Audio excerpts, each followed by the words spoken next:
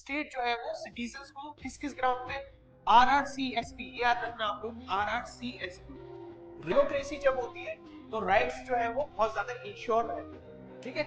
ऐसा क्यों होता है?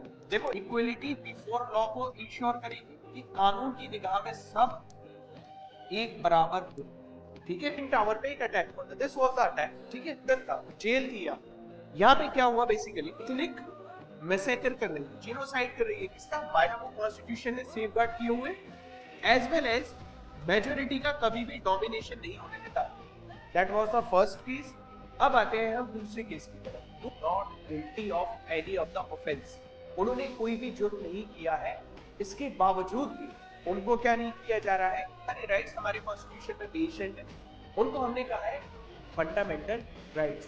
फंडामेंटल राइट्स वो राइट्स है, बट ये सारी चीजें डेमोक्रेसी में पॉसिबल है। ये आर्टिकल 14 का पार्ट है, ठीक है। ये मैं दावा कर सकता हूँ ये चीज मेरी है, ये मुझे चाहिए, मुझे दो, उसी को हम राइट बोलते हैं, उसी को हम हक बोलते हैं। अब क्या होता है, सुपीरियरिटी किसके पास है, ओके ना।